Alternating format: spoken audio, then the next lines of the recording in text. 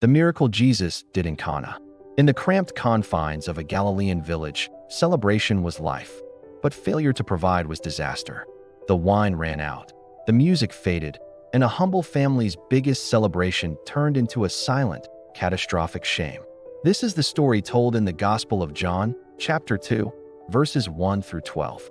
In the small Galilean village of Cana, a week-long wedding feast was underway, attended by the host family, Jesus of Nazareth, his newly gathered disciples, his mother Mary, and a host family about to be utterly disgraced. Let us look at the historical background of the situation. For a Jewish family in the first century, a wedding was far more than a single evening of revelry. It was the public culmination of a two-step legal process. The first step, the kiddushin or formal betrothal, was a legally binding contract often settled long before the celebration. This betrothal was followed months or even years later by the nisuin, the actual wedding and the grand celebration. This final celebration was an intense, mandatory demonstration of communal joy and familial worth, lasting up to 7 full days. This immense length shifted the burden of generous, sustained hospitality entirely onto the groom's family, forcing them to sustain a large village gathering for an entire week. In the agrarian economy of Galilee, where the majority of the population lived near subsistence level, wine was an essential component of life, trade, and ritual. It was used in religious rituals like kiddush, sanctification, and festivals, and was crucial for the social function of banquets. The ability to provide copious wine for 7 days demonstrated public honor and competence. It was tangible proof that the host family possessed the means and generosity necessary to enter a new kinship bond. The obligation of hospitality, known as heezed, acts of love and generosity, was deeply ingrained. To fail in this obligation by running dry meant more than simple embarrassment. It publicly signaled poverty, stinginess, or incompetence to the entire village community. Galilean society was strictly governed by a system of honor and shame, where public reputation defined an individual's self-identity and social status. Honor was defined as a publicly recognized claim to worth. Shame was the catastrophic lack of it, social humiliation and disgrace. For a peasant family living in a tightly knit, oral culture where literacy was limited, this shame was economically devastating. Failure in such a public duty would ruin their standing in the community. This disgrace acted as a permanent black mark, undermining their ability to secure necessary community support, obtain loans, or negotiate future trade and marriage arrangements within their close-knit economic network. The consequences of running out of wine were not momentary. They were financial and relational, potentially affecting the new couple's social and economic prospects for years to come. Look what happened.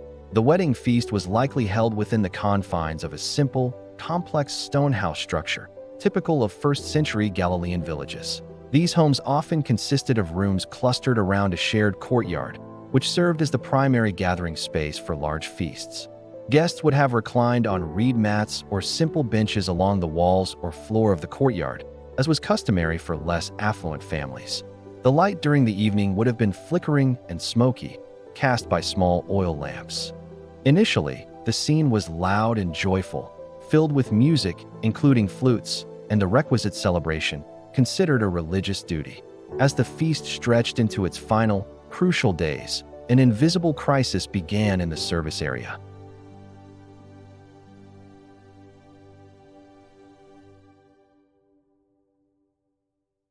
These servants, integral to the household economy, knew the catastrophic implications better than anyone else. The noise of the music and conversation would have gradually been undercut by the muted murmuring of the staff and the panicked realization of the steward, the architriclinos, as he checked the remaining stocks. Here where the miracle began. Jesus' mother, Mary, was present at the wedding, and her immediate awareness of the crisis suggests a high degree of integration with the host family, likely as a close relative or dear friend. She was perhaps assisting with the household management, enabling her to notice the issue before the public did.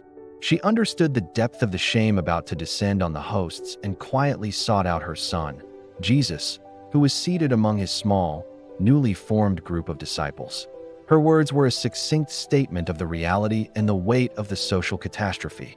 "They have no wine," Mary's decision to approach Jesus was driven by an immediate and profound desire to avert a social collapse for a family she cared for deeply.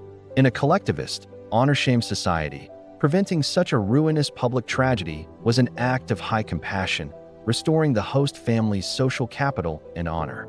Furthermore, Mary, having been intimately involved in Jesus' unique life, may have sensed that the gathering of his first disciples and his recent baptism marked the moment his public ministry was to begin. Her request was thus a gentle but firm push, attempting to accelerate the beginning of his mission to rescue her friends. Jesus replied, "Woman, what concern is that to you and me? My hour has not yet come," must be understood within its cultural and theological context. It was not necessarily a harsh rebuke, but rather a re-establishment of the boundary between his private familial obligations and his public divine identity. The act Mary requested, fixing a domestic blunder, was inextricably linked to the implicit demand that he reveal his identity as the Messiah. Jesus was defining his authority, noting that his public revelation, his hour, was a path that led to conflict and his ultimate destiny.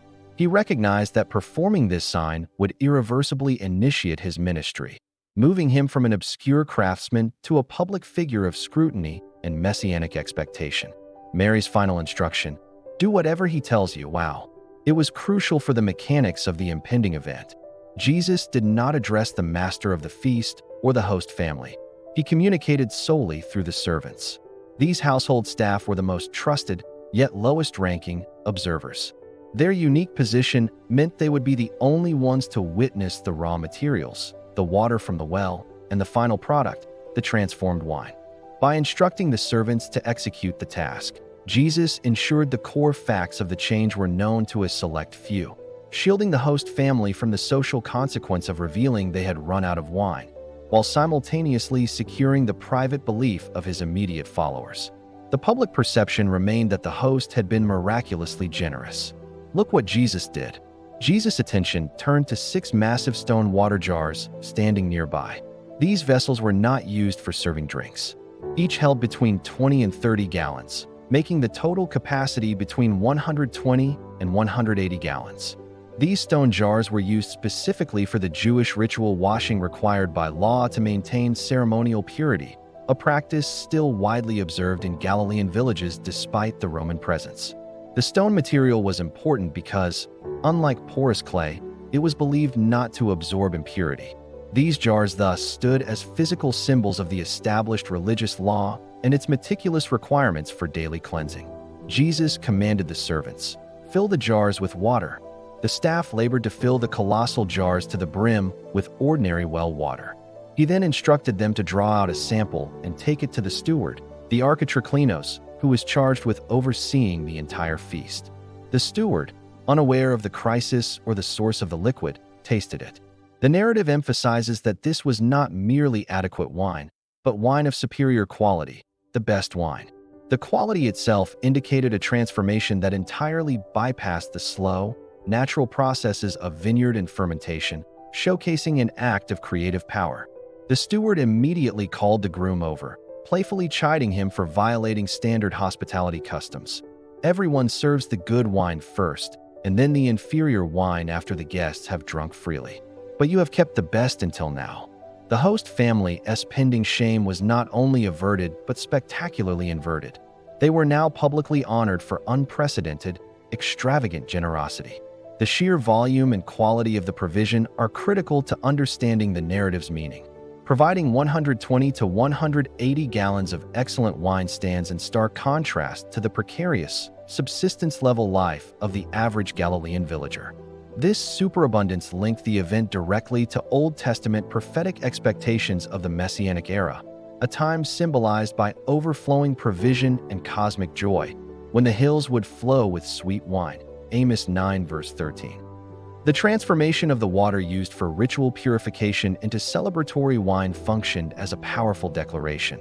The concerns of the ritual past, symbolized by the stone jars, were being superseded by the joyous, overflowing generosity characteristic of a new age, confirming Jesus' role as the promised provider.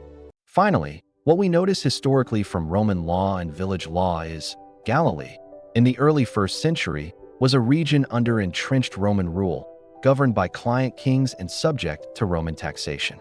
Yet, at the village level in places like Cana, daily life, morality, and justice were overwhelmingly managed by local customs, with the ancient laws of honor and shame serving as the primary enforcers of social order.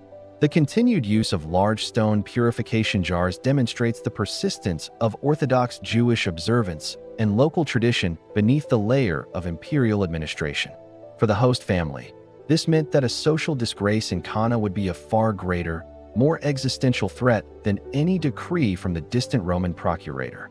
In an economy burdened by high rents and taxes, loss of communal honor, the public recognition of worth, could render a family vulnerable and marginalized. The failure of hospitality meant the loss of the social capital necessary to secure kinship support, which acted as a vital economic safety net. Thus, Jesus' intervention functioned as a profound, tangible economic rescue that saved the hosts from long-term systemic marginalization. The gospel narrative concludes with a profound summary. This, the beginning of his signs, Jesus did in Cana of Galilee and manifested his glory, and his disciples believed in him. For the initial group of disciples, men who had only recently abandoned their previous lives based on a compelling call, this event served as necessary confirmation.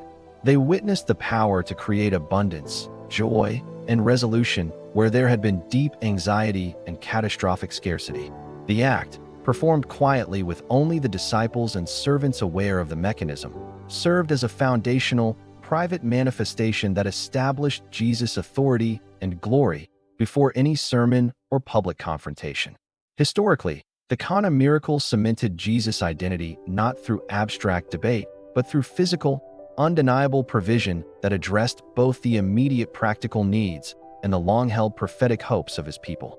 By restoring the family's honor and providing immense, unexpected abundance, Jesus established his role as the abundant bridegroom who prevents shame. This foundational act confirmed the conviction of his inner circle, allowing his ministry to proceed with a secure following, yet without provoking massive, immediate institutional resistance from the Roman administration or the temple authorities. Thank you. God bless you.